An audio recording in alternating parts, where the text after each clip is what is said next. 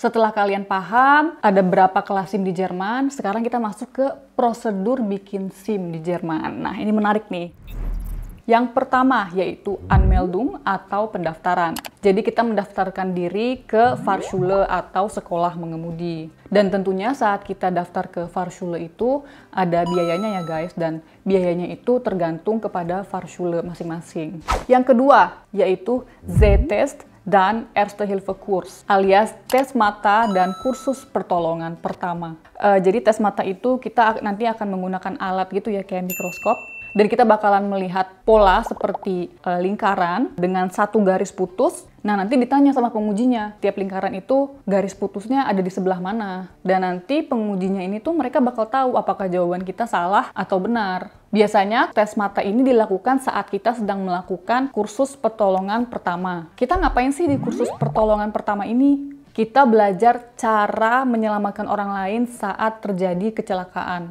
Jadi kalian akan diajarkan tindakan seperti resusitasi, terus juga kita akan belajar mendefinisikan apakah itu Unfall dan apakah itu Notfall. Dan apakah Unfall itu sama dengan Notfall, kenapa orang menolong dan kenapa orang tidak menolong. Kita di situ diskusi, berdebat, segala macam. Dan di kursus pertolongan pertama ini, aku belajar untuk memasang perban.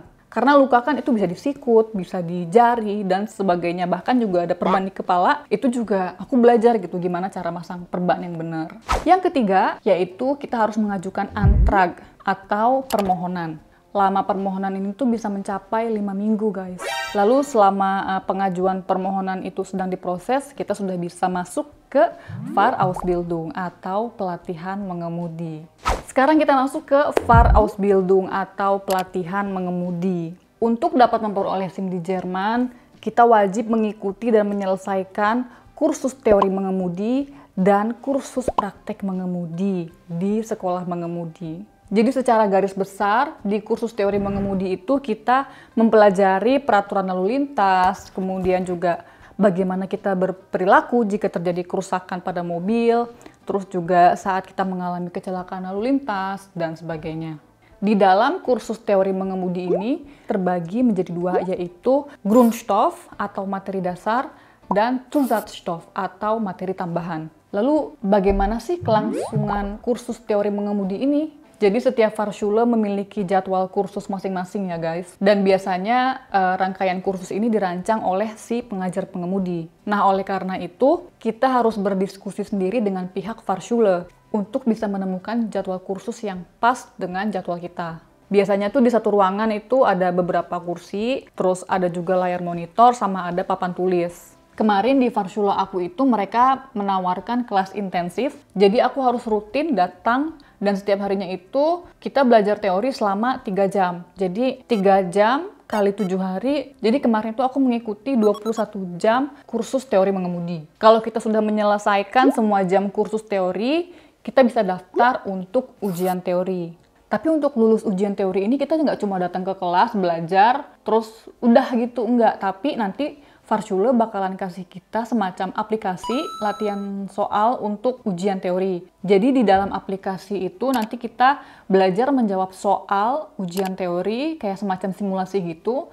Dan pertanyaannya itu multiple choice guys. Di aplikasi ini kita juga bisa simulasi ujian sendiri. Dan kalau sudah keluar hasilnya, aplikasi ini bisa menentukan apakah kita tuh siap untuk ujian teori atau enggak. Jadi aku daftar Fahrschule itu bulan Februari, kemudian aku ujiannya itu bulan Mei.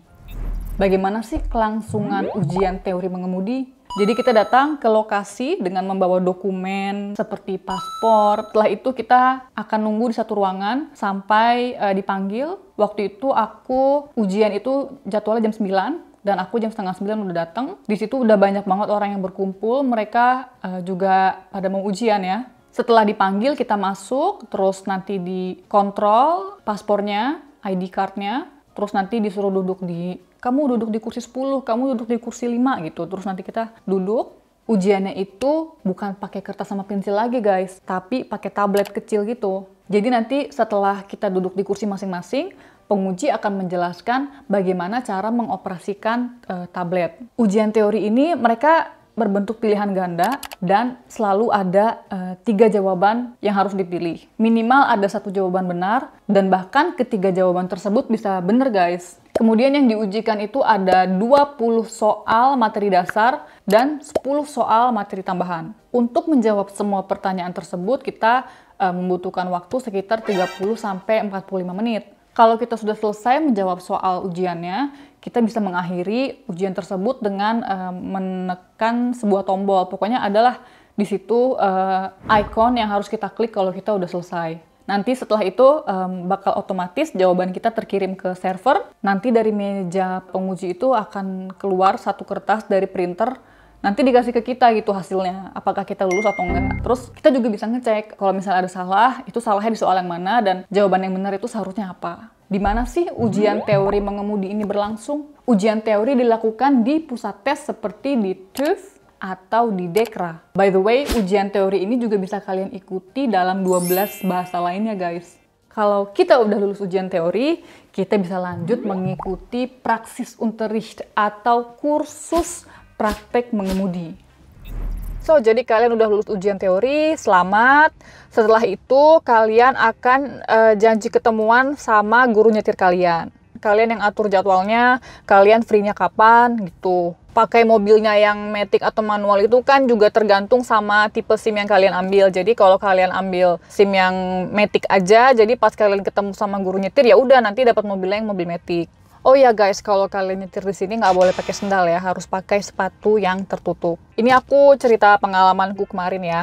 Jadi setelah aku ujian teori, lulus, terus aku janjian sama guru nyetir aku untuk pertemuan pertama kursus praktik mengemudi. Jadi udah tuh hari pertama itu langsung naik mobil, langsung nyetir mobil guys, langsung turun ke jalan. Kemarin aku itu ada 10 Praxisstunden, 10 kali pertemuan. Dan di 10 pertemuan ini termasuk Sonderfahrten. Sonderfahrten itu apa? Yaitu 1 kali pertemuan kalian nyetir di jalan tol, 1 kali pertemuan kalian nyetir di malam hari, dan 1 kali pertemuan untuk nyetir di Landstraße atau Bundesstraße. Di pertemuan pertama kursus praktek mengemudi ya guys, di situ aku bener-bener deg-degan banget karena untuk pertama kalinya aku bakalan nyetir di Jerman, bakalan nyetir di jalanan Jerman gitu kan. Dan di pertemuan pertama kursus mengemudi ini, aku belajar membaca rambu-rambu lalu lintas, belajar bagaimana caranya kalian mengatur kecepatan di jalanan-jalanan tertentu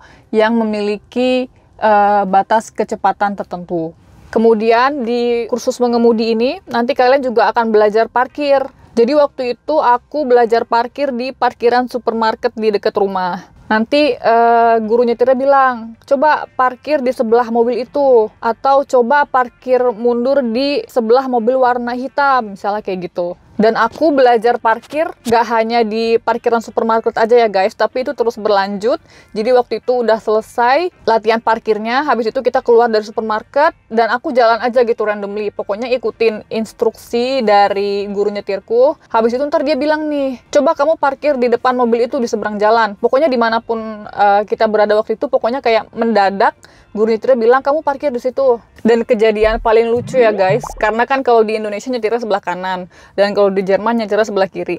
Jadi awal-awal nyetir itu aku ketuker antara lampu sen dan wiper. Jadi setiap kali mau belok yang aku nyalain malah wiper mobil.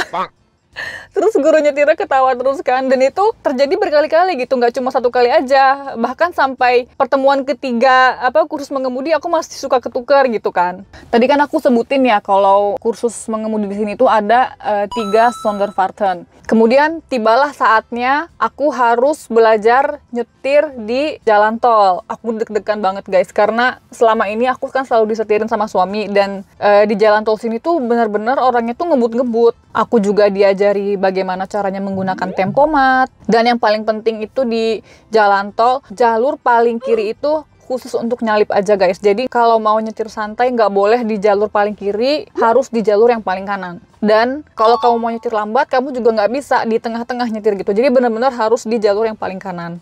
Sonderfahrt yang kedua yaitu nyetir di Landstraße atau di jalanan pedesaan gitu ya guys. Dan ternyata kenapa nyetir di jalanan pedesaan itu termasuk Zondervaart karena memang bukanlah hal yang mudah untuk menyetir di daerah pedesaan gitu, di daerah pedalaman. Karena jalanannya yang sempit, kemudian mobil-mobil yang lalu lalang juga mereka menyetir dengan kecepatan tinggi. Belum lagi yang jalanannya kelok-kelok, di kiri kanan itu banyak pohon, kemudian kalau malam nggak ada lampu sama sekali. Kemudian masuklah ke Zondervaart yang ketiga, yaitu nyetir di malam hari. Nyetir di malam hari itu bener-bener tantangan guys, karena pertama gelap, yang kedua ngantuk, dan yang ketiga dikarenakan kedua hal itu jadi susah banget untuk konsentrasi. Makanya aku berpikir kenapa nyetir malam ini harus masuk ke Zondervaart. Oh, karena nyetir di malam hari itu susah guys, susah banget. Ada satu hal penting yang aku pelajari saat kursus mengemudi, yaitu gevaarbremsung, di mana nanti guru nyetirnya itu bakal kasih instruksi ke kamu. Jadi waktu itu aku lagi ada di area parkir, dan di situ nanti aku harus menyetir dengan kecepatan tertentu, dan nanti guru nyetirku bilang, yes, atau sekarang. Dan aku harus injak rem sedalam-dalamnya sampai mobilnya berhenti. Karena di sini aku harus belajar untuk bisa benar-benar ngerem saat di depanku nanti tiba-tiba ada anak kecil lewat atau ada halangan apapun yang lewat yang berbahaya untuk kita semua. Makanya untuk bisa menginjak rem sedalam-dalamnya itu penting banget guys. Kursus nyetir ini nggak cuma kursus aja, tapi nanti akan diujikan juga. Jadi nanti saat ujian mengemudi, aku harus menjawab pertanyaan-pertanyaan tertentu dari si penguji. Setelah selesai menempuh semua pertemuan di kursus mengemudi, aku harus menempuh lagi yang namanya ujian kursus mengemudi. Kalau guru nyetirmu bilang, oke, kamu sudah siap ikut ujian mengemudi, nanti sama guru nyetirnya bakal didaftarin untuk ujian. Jadwal ujiannya juga sebenarnya tergantung kamu bisanya kapan. Walaupun nggak semua jam itu bisa available guys, karena emang banyak banget yang mau ujian nyetir. Tibalah hari ujian mengemudi.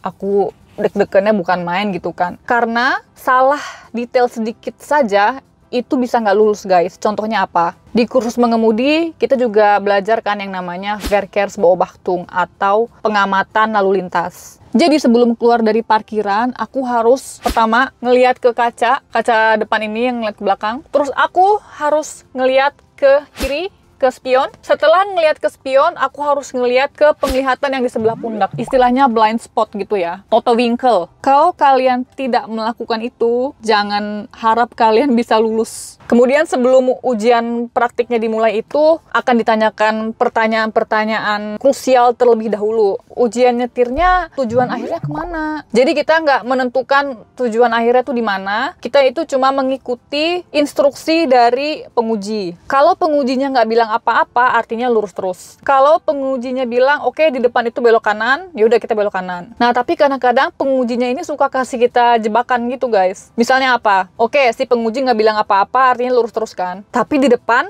ada rambu lalu lintas yang artinya nggak boleh masuk. Nah, itu kita harus bisa menentukan sendiri di situ. Dan akhirnya aku lulus ujian nyetir guys. Dan hari itu juga aku langsung dapet SIM. Terima kasih buat kalian yang udah nonton, semoga bermanfaat. Semoga kalian yang sedang membuat SIM di Jerman, semoga lulus dan dapat segera SIM-nya. Dadah!